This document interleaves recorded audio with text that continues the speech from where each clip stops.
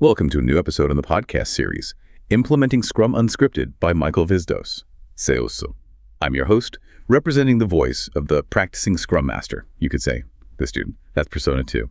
And with me today is the expert voice, Persona 1, bringing that authoritative and empathetic perspective drawn from Michael Vizdos' extensive experience. Just a quick reminder, if you want the full backstory on Michael, or why this series exists, do check out episode 10. We put the link in the show notes for you. Great to be here. And today, we're tackling something that causes, I think, a huge amount of grief out there when you're trying to make Scrum work. We're diving into that situation where your product owner is, well, basically missing in action. What happens when that single person who's accountable for maximizing the value coming out of the product is only there for what Michael often calls a weekend at Bernie's kind of experience? And let's be clear about the stakes here. His observation is pretty stark. If that product owner has zero availability, zero knowledge, and zero authority, you're pretty much guaranteed to just keep, well, pissing money away. Oh, that weekend at Bernie's analogy hits home. Seriously. Yeah. It perfectly captures that feeling of just going through the motions, but not actually getting anywhere useful. I've been a Scrum Master for about 2 years now, and honestly, this is the number one thing I grapple with. It feels like I'm constantly dealing with a product owner who's either stretched way too thin, pulled in like a million directions, or maybe even worse, the product owner isn't even a person. It's delegated to some kind of stakeholder committee. You know the type. They maybe show up for the sprint review, if you're lucky, and the product backlog. It's just this chaotic mess. The team ends up completely starved of any real direction. So how are we as Scrum Masters actually supposed to address this? It feels like a massive organizational problem. How do you tackle it without just, starting huge internal fights? Because sometimes it really does feel like the organization is just putting lipstick on a pig, right? They renamed the old status meetings to daily scrums, but nothing fundamental about accountability or empowerment actually changes. Yeah, that frustration, it's completely valid and honestly depressingly common. Michael's seen that pattern countless times. Organizations try to just sort of slap the Scrum or Agile label onto their old ways of working. They think replacing real, continuous conversations with, rigid processes or just flooding Jira with low-value tickets is the answer. And that right there, that's the root cause of the exact anti-pattern you're describing. But it's also really important to gently push back on this idea that you can fix it just by following some prescriptive set of rules. But why not? I mean, if the Scrum Guide says the product owner is accountable for managing the product backlog, why can't I just point to that rule? Well, because Scrum itself is designed as a lightweight framework. Its purpose is to help you navigate complexity. It's fundamentally not a prescriptive paint-by-numbers solution that promises if you just follow steps 1, 2, and 3 perfectly, all your problems magically disappear. You've got to be wary of those snake oil claims out there. Look, if following a simple checklist was all it took, organizations wouldn't really need skilled Scrum Masters, would they? So instead of relying on just quoting rules, you absolutely have to lean into the empirical foundation of Scrum, those 3 pillars: transparency, inspection, and adaptation. That's your foundation. Okay, let's unpack that a bit. How do the pillars actually help me when the person who's supposed to be guiding the value just isn't there? Think about it this way. When your product owner has really low availability, maybe low knowledge too, what you actually have is critically low transparency. Consider the product backlog. If the items are vague, way too big, or maybe not even ordered based on what truly delivers market value, well, developers are essentially working blind, aren't they? And low transparency, it pretty much guarantees you'll make decisions that diminish the value you deliver and definitely increase the risk you're taking on. So your job as a leader who serves that team is to make the true cost of that low transparency really, really visible. What does inspection look like when the POPO is unavailable? Well, it looks like inspecting potentially unusable increments at the sprint review. It looks like inspecting all that wasted sprint time where the team just sat there waiting for answers or clarifications. Or inspecting situations where the team had to make best guess decisions, which then leads to, massive rework in the next sprint. And then adaptation becomes about adapting the organization's focus, shifting it to where the value is actually being lost, which inevitably points right back to that product owner role and its effectiveness. Right. This is where it gets really interesting for me. How do we even define what a good functioning product owner looks like so we know what we're actually aiming for or fighting for? Michael often refers to the ideal product owner as the unicorn, and he calls it that because finding one is incredibly rare. This ideal PO, this unicorn, absolutely must possess 3 non-negotiable attributes. Okay, first, they have to be available. Seems obvious, but the feedback loops and the sheer amount of communication needed are continuous. It demands presence. Second, they must be knowledgeable. And this isn't just knowing the product features, it's deeper. It's fundamentally understanding the problems your users or customers actually have. Critically, they need to distinguish those real problems from the solutions or opinions users often just ask for. And third, perhaps the toughest one, they must possess authority. Specifically, the authority to say no. This means they have the genuine power to make decisions, to define the order of the product backlog, which has to be the single authoritative source of work for the team. Wow. Yeah, I can already see why that's a unicorn. Finding one single person who embodies all three of those. That sounds almost impossible in most places I've seen. It truly is rare. Michael mentions he's probably only seen maybe 2 or 3 individuals like that across the, thousands of teams he's worked with over the years, which is exactly why we often need to adapt our strategy as Scrum Masters. We can't just hold out for the unicorn, and this leads us right to the core strategy. If you can only realistically get 1 or 2 of those attributes locked down, you fight relentlessly for authority and availability, your leverage here isn't going to be arguing about process compliance. No, it's about shifting the entire conversation to focus on quantifiable value lost. Okay, that reframes it significantly, and it makes it about budget, about risk. Not just about whether someone's following the Scrum rules correctly. But that number you mentioned earlier, that investment figure, it's huge. You said a typical 6 to 8 person team could cost around $80,000 per 2-week sprint.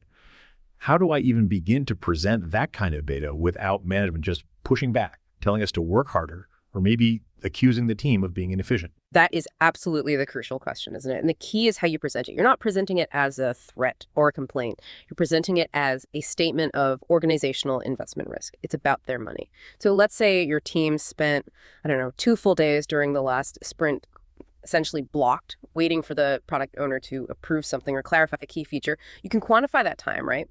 2 days multiplied by, say, 8 people on the team, that's 16 person days of lost productivity, just gone. Now, if the total sprint investment is that $80,000 figure, those 16 person days represent what? Yeah. Maybe $10,000 wasted on that one issue. So when you can show leadership transparently, look, the lack of timely input here directly correlates to us losing, say, 10-15% of our $80,000 investment every single iteration. That kind of data tends to drive change much more effectively. You're moving the conversation away from subjective complaints about process adherence and grounding in objective facts about the bottom line. You are literally making the cost of that absence transparent. You're forcing the organization to inspect the actual value or lack thereof that they're receiving for their significant investment. Okay, so the strategy is really about creating visibility around why decisions aren't being made fast enough, and then quantifying the delay cost. Got it. What's the actual mechanism then? The thing we can use to sort of force that continuous engagement or at least highlight its absence? Right. So, true, sustainable change here is built through 2 things: continuous conversations and creating shared context. And this is exactly where product backlog refinement becomes your most powerful tool as a Scrum Master in this situation. Remember, refinement isn't a formal Scrum event with a fixed time box. It's an ongoing activity. It's where the developers, ideally with the product owner and sometimes key stakeholders, continuously break down backlog items, add detail, estimate size, clarify acceptance criteria, and crucially, determine the order. Now think about what happens if the product owner consistently skips refinement. They essentially create what Michael calls a hellish situation for the developers. The team is starved of that necessary context right before they need it most. This almost always leads to these long, painful sprint planning sessions where, half the time is wasted just trying to define the work instead of actually planning how to build it.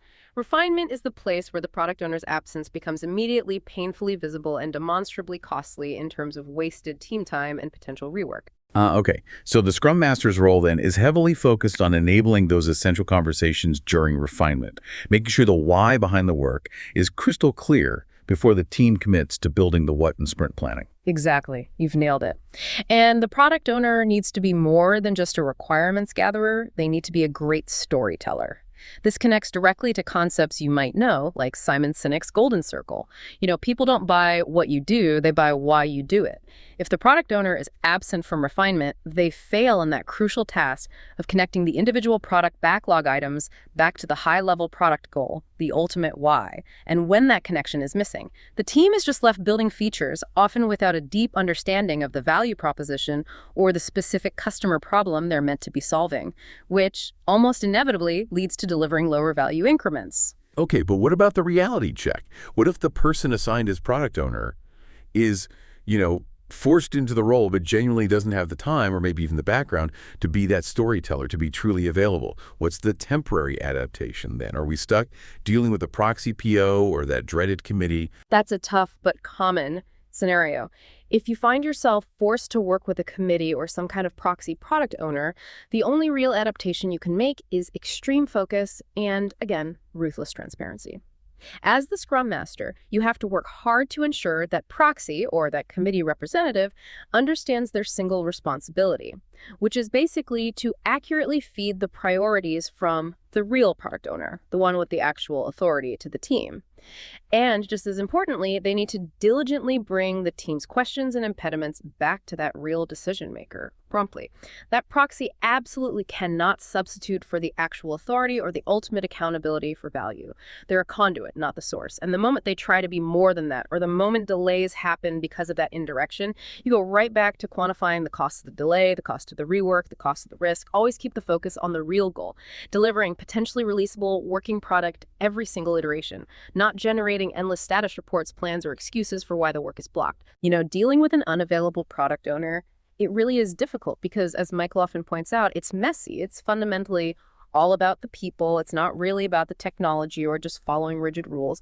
And this perfectly highlights the next big challenge for you as a Scrum Master, doesn't it? Yeah. Which is navigating all those inevitable organizational pressures and politics that tend to swirl around this critical product owner role. It means you have to learn to lead through influence, not direct power. Preparing yourself and the team for those organizational impediments, like, dealing with those leaders who are still kind of obsessed with the old iron triangle, people like the infamous Stan character Michael sometimes talks about. Yes, the iron triangle. Fixed scope, fixed time, fixed budget. That resistance, that way of thinking, it's always going to be there lurking somewhere, isn't it? It often is, yeah, because it represents that older command and control mindset that Scrum challenges. And the Scrum Master really needs to be prepared to demonstrate, again, using data and transparency, that trying to fix scope rigidly, especially when transparency is low because the PO is absent, well, that's probably the single most expensive thing an organization can do. Which brings us nicely back around to our key takeaways for today. So, first, you've got to expose the cost. Make the impact of low product owner availability visible in terms of time, money, and risk. Use that transparent data, like the $80,000 sprint investment example. Second, focus the team's energy and your energy on fostering those high-value conversations, especially pushing for continuous, effective product backlog refinement to ensure that context and transparency are actually present before planning. And third, build trust and engagement upwards and outwards by consistently helping the team deliver valuable working increments. That's what demonstrates to the organization that their investment in this team and this way of working is worth protecting and enabling properly. That makes sense. So, boiling it all down, what's the single most crucial, actionable step a Scrum Master listening right now could take, maybe starting tomorrow, to really begin forcing this issue constructively? Okay. The single biggest leverage point. Ensure that product backlog refinement, that vital ongoing activity of adding description, order, and size to backlog items is actually happening consistently, effectively, and crucially before sprint planning kicks off. This activity is the mechanism. It forces the need for product owner engagement into the light. It makes their absence immediately visible, not just as some kind of process failure, but as what it truly is, a critical business risk impacting the bottom line. So the question back to you listening is, what's one small change you're going to make based on what you heard today? And remember, if you need assistance figuring that out or navigating these challenges, please feel free to contact Michael Vizdos anytime.